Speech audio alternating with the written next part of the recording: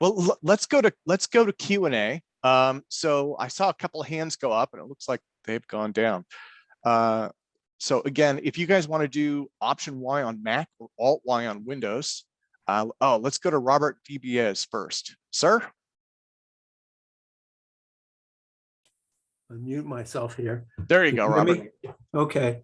I've given a number of presentations in Tom Vallone's Kofi conferences concerning the use of zero-point energy as a source of propulsion, basically using something, well, a Casimir wedge. And the concept, there have been a number of papers written on it. Can I share the screen here? I have parts of PowerPoint that I gave.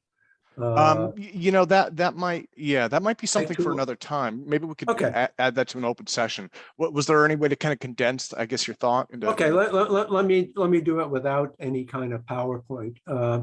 Basically, you have a wedge, and the theory says that there are forces that are perpendicular to the wedge faces. Okay, electromagnetic, they can be derived mathematically.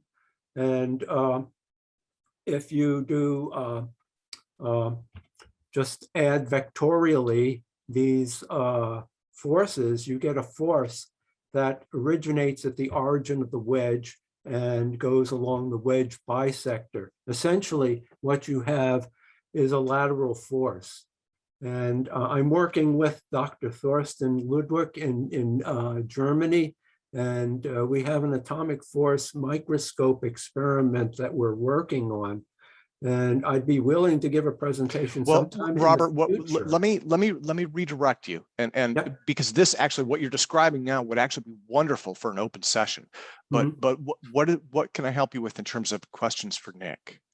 Well, okay, it's more of a comment. You know, he's talking about a top-down sort of view of 0 point, and mine is sort of a bottom-up way of viewing it. And atomic, basically, the theory already exists. Okay, well, yeah, I would say let's put a pin in that. I definitely want to explore this. I think that we can come back to this in. I mean, definitely like later today, and possibly like I probably won't be here later today, so it'll have to be some future session. Yeah, let's do that. Let's do that. Absolutely. And I know Thorsten, actually. I've met him several times. So, but let me go to iPhone next. And again, Robert, thank you. And I apologize for cutting you short, but. Oh, okay, thank you. It's Mikhail, Tim. I've just changed my this thing. I have a question to Nick. First of all, wonderful presentation, Nick. It's great to have you here. My question for you, Nick, is when you spoke to Boyd Bushman in one of your documentary, did you ever get a chance to ask him about the ARV, the Alien Replica Vehicle, which Mark McCandlish had released the schematics was released long time back? And my second question for you, Nick, is again about Boyd Bushman. In one of the documentary, The Hunt for Zero Point itself, he was referring to, you know, we have to listen to the nature. Did you get a chance to ask Boyd Bushman in more detail about what did he mean about, you know, in terms of connecting with the nature and other aspects? I thank you very much for your presentation. Well, thank you. Yeah, Boyd was a fascinating character, and I got to know him quite well, actually, after I interviewed him for that film, the documentary I made, $1 Billion Secret. It's interesting. You're talking about the language he used. And I remember listening to Boyd to begin with, thinking, this is really poetic. I mean, it sounds really poetic, but I didn't understand a word he was talking about, to be absolutely honest. And that's my bad now, because I realized if I could have had a conversation now with Boyd, sort of, you know, having explored some of the things that I've been exploring more recently, I think I would have had a much more interesting conversation with him. But, you know, Boyd was way in advance I think, of a lot of people and the way they were thinking about all of this. I don't know what he meant by the whole that wonderful phrase he used about nature talking to us on many domains, and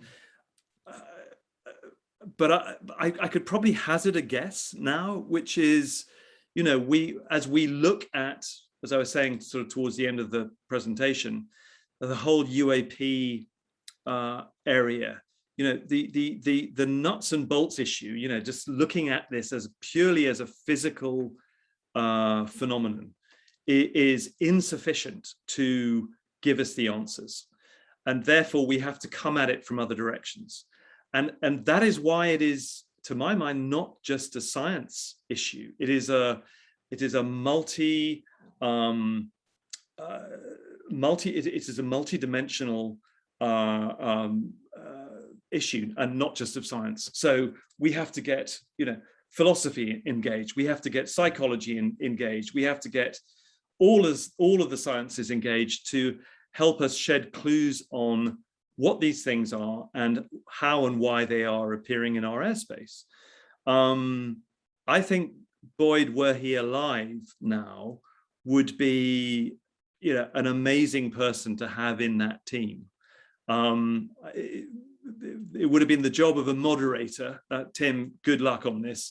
It would have been a job of the moderator to try and keep him on track, because he could hair off in all sorts of wonderful directions.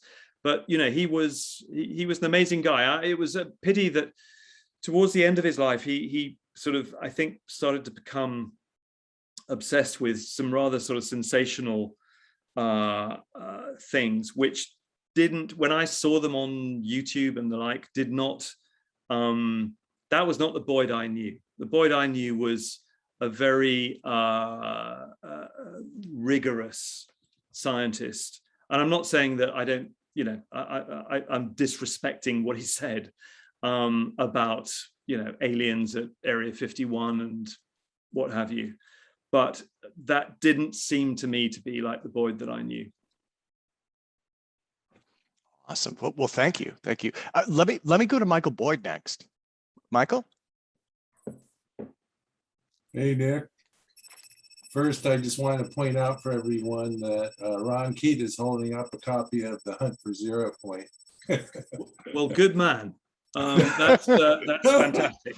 Thank you, Ron. I know I can always count on Ron. So I have some. I'm curious about your thoughts on consciousness. Would that be okay for me to ask you some questions about that? Yeah, by all means. Yeah. So this concept of consciousness, the first question I would have is, do you think consciousness survives after death? Or put another way, is consciousness non-local? Well, Michael, I can speak to this because what I thought was foolishly at the time, I thought I'd take a punt on the BICS, the Bigelow Institute of Consciousness Studies competition about that very question: can consciousness survive permanent bodily death? So I threw my hat in the ring back in February, whenever it was, and to my enormous surprise, found that I'd sort of made it through to the next round. And then to my even more fundamental surprise, 2 weeks ago, was told that I was one of the 29 awardees. So awesome. Congratulations. Well, thank you very much indeed. I'm thrilled because it means I booked my place to Las Vegas, and so I'm very much. So you're a subject matter expert now. Well, I know it's rather frightening to think that, I might possibly be, but what I sort of glossed over, I suppose, in the talk was that after I wrote that thriller, The Grid, I actually got a research grant to enable me to look into the whole consciousness thing, because I was so interested in it. I'd become so fascinated by the whole area, having written the novel, that I thought I'd really like to research this properly, but why? I'm an aerospace guy. That's my background, my field. But I got a grant to research it, and I did for 2 years. That's awesome. And then even more extraordinarily, but people who sort of know a thing or two about consciousness know that synchronicity is all sort of a part of this, is that at the time that I'd finished this research, and I didn't know what to do with it. And I had 2 years worth of research on consciousness. I didn't know what to do with it. Then Bigelow holds the BICS contest, and I'm able to pile all of this stuff into that. And I feel now, I say in my essay, I'm an interloper here, because sure enough, pretty much all the other winners have got PhDs or their MDs or whatever. But I said, if there's one thing I can do, possibly, it's I'm a communicator. And I felt that a lot of the concepts and ideas and about consciousness that I would read about was, to my mind, quite arcane. I mean, it's discussed in very elliptical ways. It is, because no one understands what consciousness is. So that's a fair thing. But what I tried to do in my essay was use things like the analogy that I spoke to about Don Hoffman and the computer screen. So you were asking me about, do I think that consciousness survives permanent bodily death? I do, because that's what I wrote in my essay. And I'd be very happy to share my essay with anyone here who wants to read it. They've not been released yet. So my reason for asking that is I actually did enter the essay contest myself. I didn't win anything, but I did, in advance of my question, post a copy of my essay in the chat session. So I would request you please download it and take a look at it. And essentially what I'm curious about is, my next question was, do you think consciousness is limited to humans? Or do animals and, say, plants and other forms of life have consciousness too? Yeah, I didn't go into this in depth in the essay, but I do. I think it's ubiquitous. I think it's everywhere. I think everything has a little bit of consciousness, and I know that's the panpsychist. Yeah, that's the Or-Gore discussion. theory, right? So it's sort of along that lines. My other question was, do you think the universe is conscious?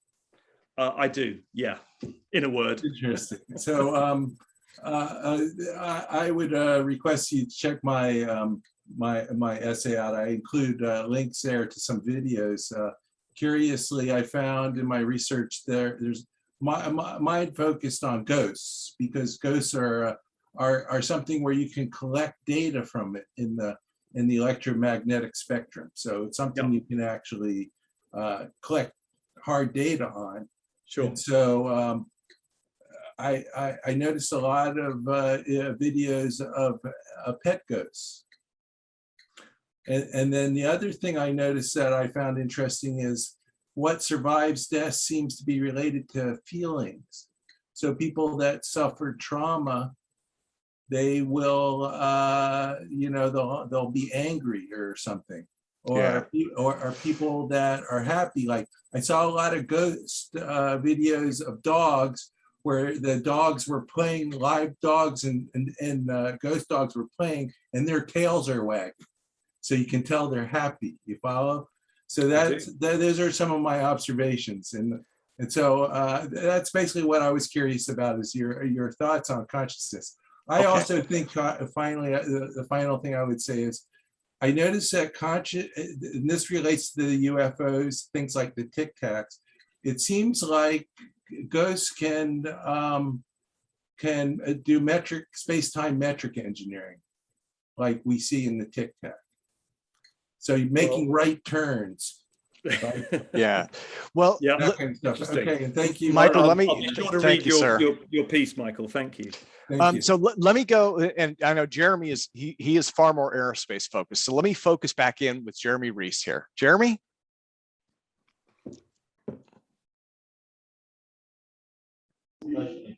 There we go. Hey, I don't know if you can hear me. It's kind of loud here, and Yeah, can you turn your camera on, Yeah. Jeremy?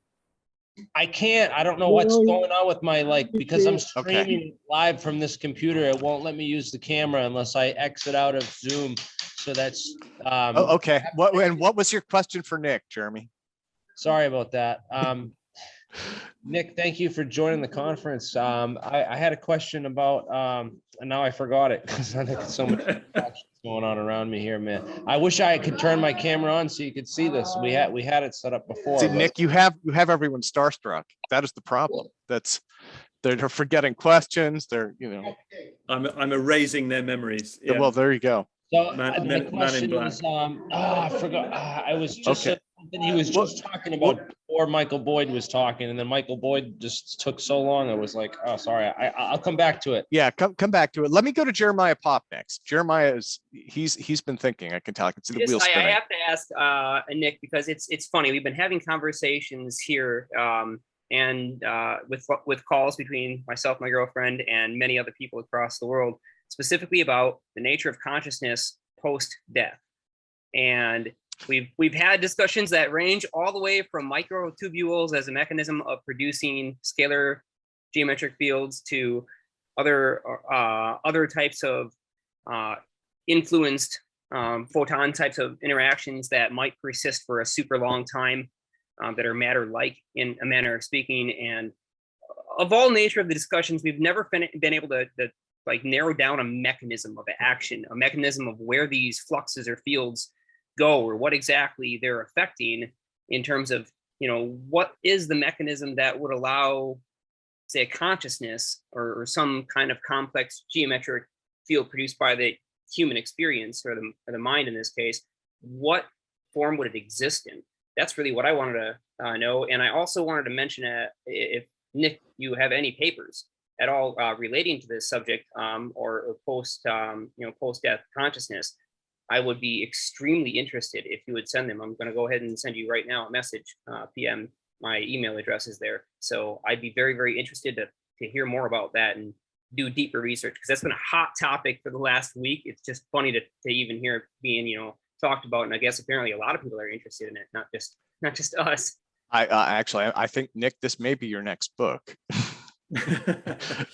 Well, yeah. I'm still struggling here because my motto is stick to what you know, and I'm not sure that I do know a tremendous amount about this, but I just do find it endlessly fascinating. So, Jeremiah, to answer your second question first, which is, do I have any papers on it? The only paper I've got is the Bix essay that I just got this award for. So, which I'm very happy to share. It's not been posted yet on the Bix website. So I'm just asking people who do, Tim, I'll send it to you, and maybe you can send it to people. Sure. Yeah, absolutely. Afterwards. But I'm just saying, please don't. I DM'd you my email address too, Nick. So in the chat, if you check that and click on it, okay. Highlight my email address in there. You just copy paste it. It should be pretty easy. Yeah, and Jeremiah, I can forward it to Nick as well. I'm happy to. Awesome. Thanks. Okay. Perfect. I appreciate that. Thank you. I will happily share it with you, Jeremiah. And I'm just asking people, please don't share it any further for the moment until it's publicly released, which it will be, I guess, in a week or two. It's understood. Absolutely. We'll keep it on the down low.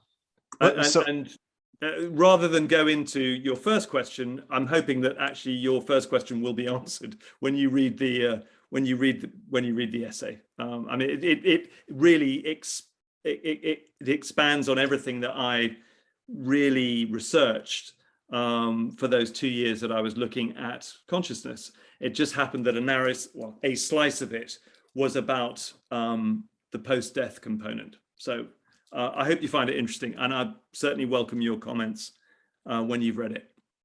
I really appreciate that. Thank you so much. Okay. That answers all my questions. Okay, thank you. Let me go back to Jeremy. Let me go back to you. I will go back to or on Brenda's screen. Okay. Okay, so now you got my video here. I'm at the conference and you guys can see a little bit. My question was actually about Boyd Bushman, and I heard that there was 2 Boyd Bushmans from David Sereda when I interviewed him. He mentioned there are actually 2 different guys with the same name, Boyd Bushman. And you talked like the earlier Boyd was so much different than the later Boyd. Was he just talking about that, or were there actually two physical people with that same name? God, I don't know. That's a new one on me. I mean, it sounds a little bit like, Paul McCartney. Was there a sort of duplicate Paul McCartney out there who the real Paul McCartney was killed and was replaced by someone else? To my knowledge, there was only one Boyd Bushman.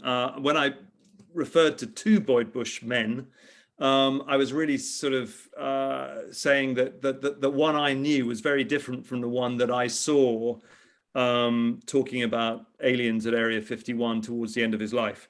That's what I meant. If there was another one, I mean, a physical Boyd Bushman, I am unaware of it. Awesome. Yeah, thanks. I had never heard of that one before too, and David mentioned it, so I was wondering if I suspect it was metaphorical. I mean, Boyd, Boyd invented the Stinger missile back in the 50s, I think, right? Yeah. So he was very rigorous. He was this rigid part of the establishment, and then in his later years, his personality shifted. He got into out there. So I guess a metaphor. Let me go to Carl next. Carl. Hey, Nick, thanks so much. This was a great presentation. Thanks, Tim. Thank you. I have so many questions. The realm of consciousness is really fascinating. Did you talk at all about Laplace's demon and the idea of the universe being aware atomically of everything in its composition? Carl, I didn't quite hear what you said at the first half of the question. I heard the part about it, was about the universe being aware. But Laplace's demon. No, no, not in those terms. The idea to me that the universe is aware does certainly resonate with me. I'm not a physicist, I'm not a scientist, so I've struggled to try and articulate, how the mechanisms for how that could be. So my models are pretty simple, really, but I subscribe to the idea that the universe is essentially holographic. I subscribe to the idea that we may have mechanisms that are holographic too, that resonate with the universe at large to provide some channels of communication which allow, I suppose in sort of millennial parlance, would be downloads. We get intuitive senses from nowhere, apparently. I mean, we all do, I know. I mean, as a writer, I find that, perhaps at times when I'm in the midst of, some written thought and I'm banging away at the the keyboard, a thought will come to me, and I have no idea where that thought comes from. But it seems to me that not only is it coming from non-local space, but it is quite often associated with a question that I put out there. And it's very easy to be seduced by, perhaps, a sort of this idea that everything revolves around me, and therefore, what I put out there is coming back to me personally. But I know plenty of people who test it on that basis, who will throw a question out and then wait for the answer to come back. The trickiness to me is that, and this is where I probably could do with Boyd Bushman, the language that the universe speaks does not appear to be if we can call it a two-dimensional language that we use. It is on a plane that is utterly bizarre. And that, I think, in a way, is where the UFO phenomenon fits as well. I personally believe that there is a symbolic aspect to UFOs, a non-literal aspect to them, a metaphorical aspect to them, that, I mean, plenty of people I know who've had encounters will report that they feel that the encounter, the appearance of the UFO, has been meant for them personally. that there has been something in that sighting, the encounter, that you know, they were driven to look into a portion of the sky, and there was this thing, and it was apparently speaking to them. But speaking how? I mean, it's not, you know, it's not using a megaphone to communicate. I mean, sometimes they do, but more often than not, it's not. It appears to be symbolic in some sense, and that, I think, is the language that the universe uses, highly symbolic, and we haven't learnt to decipher it yet. But somehow, yeah, that is the task before us, which means that it's not just given, I think, therefore, to physicists to master this, but, you know, as I said earlier, to people from many disciplines who can, you know, in a multidisciplinary way, shed light on this, which is what I think we have to do. I'm sorry, it probably didn't answer your question, but you answered 20 of my questions, beyond which I'd gladly turn it over to the group. But thank you so much for that, because I really do agree and with a lot of those ideas, and think they resonate with things that we observe in the world that don't have explanations or easily or can be easily explained. So, but I would turn it over to the group, and thank you so much, Mr. Cook. Thank you.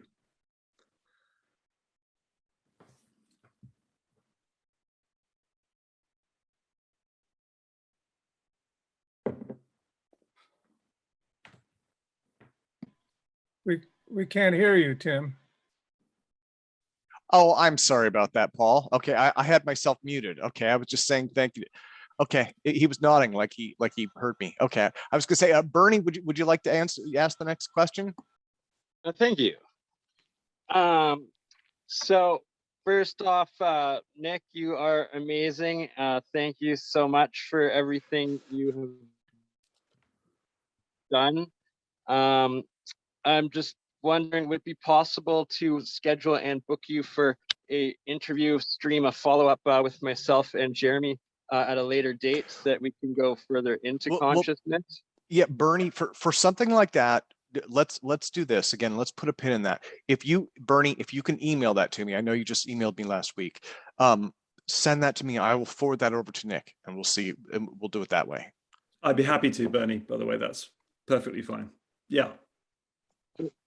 So my question / comment is more about looking at consciousness as a scalable dimension, or existing through higher dimensions and lower dimensions, and from like a cellular level in like a 1 or 2D to existing like remote viewers, for instance, that they would be in a 4th or 5th dimensional consciousness where they're existing throughout space-time or localized space-time. And then anything of like a demigod or higher would be like a 5th, 6th, 7th, who knows how far up we go. But in our 3rd dimensional consciousness that is Earth, human of free will, and 2D would be emotional, good or bad, surviving. 3D is free will thinking. And then 4 is when you dream or when you have your out of body or whatnot, the quantum mechanic, or through space, traveling through space-time, essentially. Well, Bernie, your thoughts on that are probably in advance, or in fact, I can categorically say they're some way in advance of my own. I mean, in the sense that, like you, I share the view that entities, if you would like to call them that, exist on a spectrum. We humans exist on a spectrum, and there are entities, I believe, that resonate and operate and exist at higher frequency, and there are those that operate and exist at lower frequency. I believe that. How that works, I haven't got too far into, but you know, I do think that probably in our, well, let me backtrack. Like I say, I was lucky enough to know and work with for a while Ingo Swann, the godfather of remote viewing. And, Ingo's mantra was that, we are all a little bit psychic. It's just that not all of us either choose to turn that capacity or ability on, or it doesn't get turned on for us, but it's all latent. It's latent in all of us. So, some of us see it and some of us don't. Some of us have, quotes, the gift and some don't. But I do think that, before we became, quotes, civilized, that as a species, we probably had it ingrained or inbuilt into us more readily than we do at present. So, I can well believe, or I find it easier to believe, that in our distant past, we were more in tune to those dimensions, higher and lower, than we are today. So that's probably right now about as far as I could go. But in essence, I think we're on the same page. Awesome. Thank you so much. Thank you, Bernie, and thank you, Nick, as well. Because what amazes me is all the consciousness questions. I mean, with your background in aerospace and all the research, so that's why I was like, wow, everybody's So well, it's funny. It's like everyone, I think, wants to talk about it now, because in whatever domain you work in, or you study in, or you teach in, it seems to be creeping more and more into all of our work, and rightly so. I mean, the mere fact that I've come to it, I've stumbled into it late in life, but it is just, it's endlessly fascinating, and it just does seem to provide some clues to enigmas that are have baffled us for a long time, UAPs being one of them. Yeah, absolutely. Well, let me go to Harold next. Harold, you've had your hand up for a while and you've been patiently waiting, sir. Yes, thank you. Great explanation. I want to ask you one question relevant to consciousness and how we apply to aerospace. Now, I noticed on your explanation for universal consciousness that you have there, in the last slide that you have. Now, my question for you is this. Oh, it's a cliffhanger. Okay. Oh, there we go. First part is yogis experience, a great awakening, and they feel like great consciousness, and they feel part of the universal consciousness. That's one part, out of curiosity. Now, the second part is, now, as part of, where does it fit in your explanation for consciousness, and how would something like that, and have you done an investigation, how would that apply to, let's say, artificial intelligence to apply for controlling aerospace weapons and aerospace vehicles? Well, I will, I'm going to defer to some of the people who I've spoken to about this. And in fact, I think that you've had one of them on APEC here. You've had Jack Sarfati on, haven't you, Tim? Yeah. Jack was on, I think, our September 11th conference. Okay, so Jack, to my mind, blends the two areas very well and seamlessly, in that he postulates that, let's use Tic Tac as an example, that the Tic Tac uses a metamaterial hull, which acts both as the interface with for the space time metric engineering principles that allow it to do all the things that UAPs and UFOs do, turn on a dime, cloak, accelerate from 0 to fantastic speeds in the blink of an eye. I mean, so all the things that we see an exotic aerospace vehicle, a UFO or a UAP do, is explainable by Jack's metric engineering of the metamaterial hulled UFO. But he also says that the metamaterial too acts in the way that a microtubule does, in the cell structure as an interface with consciousness, which presupposes that consciousness, of course, is exterior to the brain and the body. It is something that is all around us and that which we are in some sense turned on to. And so, you know, for those who are unaware of Jack's thesis, it is that Tic-Tac is a conscious AI computer which has come back from the future to interface with us. And so, you know, there must be many ways that consciousness and aerospace can interact and coexist. But yeah, the way Jack explains it is probably the best that I can get my head around and give to you, Harold, because it took me a while to understand how those two things might possibly be related. But I think Jack explains it probably in the best way that that I can see. Well, he did a good job when he gave that presentation. That's part of what I'm asking for you to expand. But do you know how actively the military is studying that part of consciousness to apply, I mean, for actual applications in controlling weapons, airplanes, fighter airplane? Because it seems to me like that aerospace technology is moving in that area in which, to avoid the capture of a pilot by enemy forces, send the airplane with artificial intelligence to do the war fighting. Any programs actively involved in that that you are aware of? Well, I'm not aware of them. I mean, I suspect that if they exist, they would be very secret.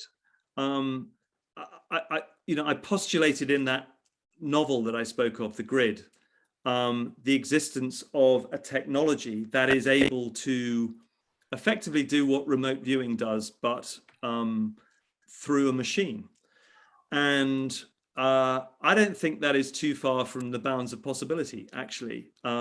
If everything that we do, now, in the past and in the future, is imprinted in some sense in the fabric of space and time, which I suspect it is, then it must be retrievable. I mean, if it is retrievable by psychics, and if it is imprinted at the subatomic level, let's say at the quantum level, then there must be, I mean, whether we've invented it now or will at some point in the future, some means in theory for retrieving it. That being so, it would be incredibly secret to my mind. I mean, the joy of having got to where I am, having done what I've done, which was, I worked in a very nuts and bolts publication, Jane's, but it gave me access to, some extraordinary technologies that were being pursued by the military, many of them highly, highly secret. So I suspect that everything that we're talking about would be in that same realm. Having said that, I do think that because science has for so long poo-pooed the idea that consciousness is exterior to the brain, that there would be many circles in official military realms that would be really against this whole idea. It would run so counterintuitive to their training that, for all its secrecy and for all I think the breakthroughs that this area can yield, there would be many people who would just dismiss it as fanciful. So somewhere on those two extremes, you've got people dismissing it as idiotic and fanciful, but at the same time, you've got people who probably see its utility in breaking through into extraordinary areas of new weapons, new aerospace vehicles, new surveillance technologies, new computing systems. Somewhere on that spectrum, the truth resides, but I have no idea where it is. Well, thank you. Great answer. A lot of food for thoughts and speculation. Thank you. Thank you. Yeah, well, so let's do this then. Let's go to Sean Logan, and we've only got about 10 minutes left here. We'll try and squeeze in Sean and Carl and Thomas and Mikhail, but let's go to Sean next. Sir? Yeah, my question is, when you were studying the anti-gravity research in the 1950s, did you come across the work of a physicist named John Wheeler? And can you tell us about the work that he was doing in relativity? I know who John Wheeler is or was, but I didn't study him in any depth during my research into the Hunt for Zero Point, unfortunately. So I will duck that question if you don't mind, Sean. There are many better people who can answer it than me, unfortunately. But thank you for the question. Awesome. Okay. Well, yeah. Thank you, Sean. Let me go back to Carl quickly. Hey, thanks so much for this. Nick, one question really fast, but I don't want to be rude. I think Paul had his hand up, and I wanted to make sure to bring attention to his question if he's still there. But Nick, in terms of remote viewing, it would help, I think, a lot of people kind of come to terms with this if we knew of historical evidence of its use to develop technology or science or aerospace. If we have an accounting that it precedes our current generation of people, historical accounting, do you know of anything of those regards? Sorry, Carl, I'm not sure I quite understand the question. Could you just put it to me one more time? You're asking me any historical accounts of remote viewing being used for aerospace advancement, science and technology that we can look to in a previous generation, say, yeah, a remote viewer was associated with something concrete that developed here on Earth? Well, I don't know if I saw his name up here, but Charles Chase, who was head of revolutionary programs at the Skunk Works, and I've had the joy and pleasure of knowing Charles for four years or so, because he runs a fabulous workshop at MIT on propulsion physics, like you do, Tim. But one of the sessions that I attended there, in fact, I think it was the first one that I attended, which must have been 2 or 3 years ago, that very question came up, which was that one of the presenters, and I forget who it was, but was talking about technology that is remote viewed. I mean, specifically with applications, patentable technology that is downloaded from remote viewing, and it covers all areas. One of the interesting things that came out of the presentation for me was that there were some areas that the remote viewer in question was then told that the information was not available because it was, well, the implication was that it was deemed too destabilizing well, then the question becomes what is sharing the information? What is sharing the information? Where is the information coming from? Is it coming from a sentient universe, or is it coming from entities on that spectrum that we've been talking about before? But wherever it's coming from, this is patentable information that has come apparently from non-local space. So the short answer to your question is, yeah, people are doing it. And if I know about it, God only knows what's happening in corners of defense and intelligence realms that I know nothing about. Awesome, wonderful. Nick, thank you. Again, these are tough questions. Let me go to Thomas Anderson next, because we're pushing up against the hour. We've got about 7 minutes left. Thomas? Yeah, I was just wondering if you had like delved into any of the stuff that revolved around the PEAR Institute or the Princeton Engineering Anomaly Research Group and their work with like using the mind to switch REG-based devices on and off, or the offshoot MindSong Incorporated and Celeron.com.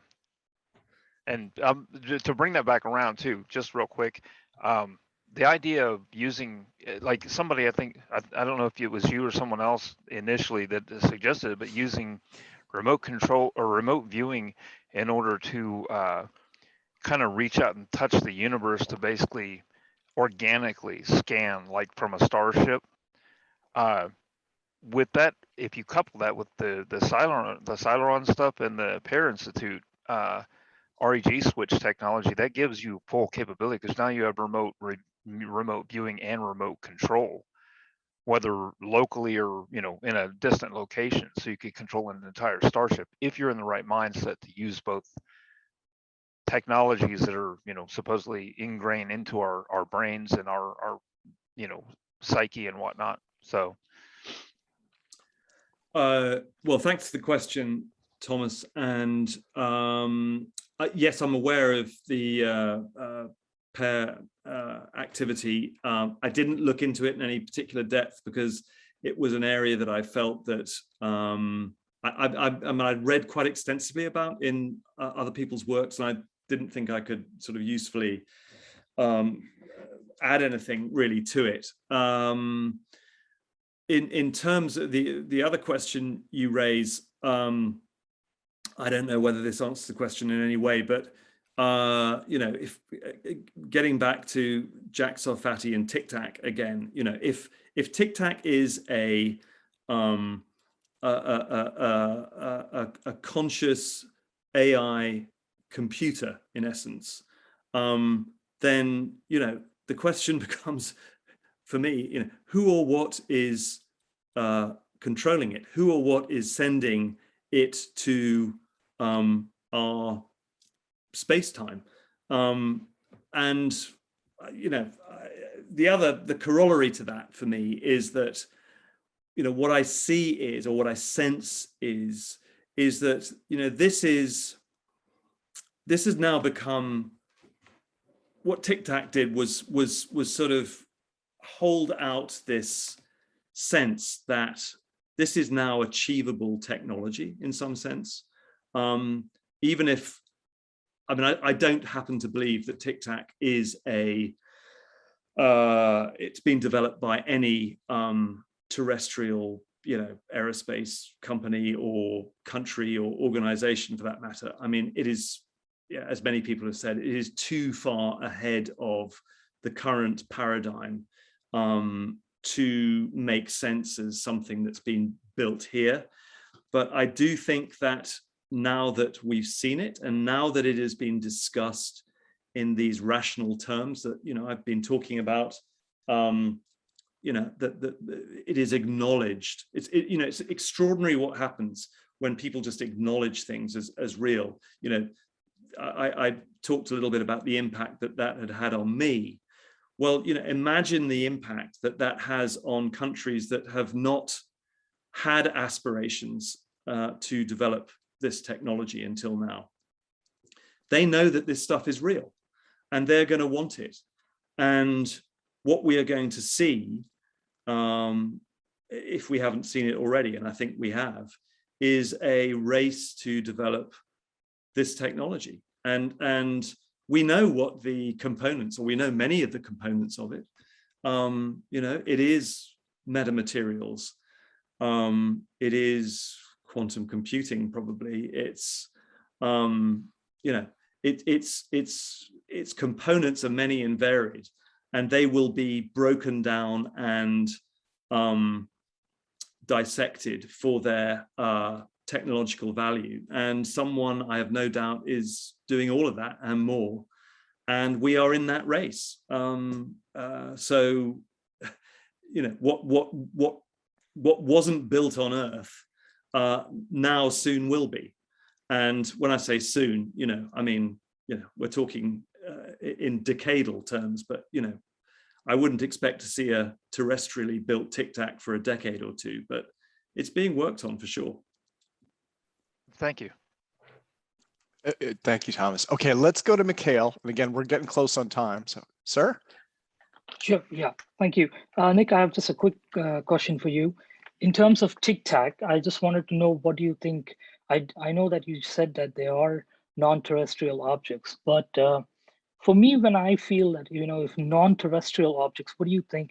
Do you think they're just coming here to show off their technology to us and say, we can mess with you anytime we want? Or is it a genuine ingenuity of, of United States, Russia, China, anybody else in that case, who have figured out a technology from a downed spacecraft, which is sometimes I feel that could be the possibility. What is your take on that? And the other thing, one last quick thing is, where do you think this is going to go in terms of disclosure? Because everybody talks about the great disclosure, but I feel that the navies or the armies of the world are already saying, deal with it, they're already here. I wanted your inputs on that. Thank you.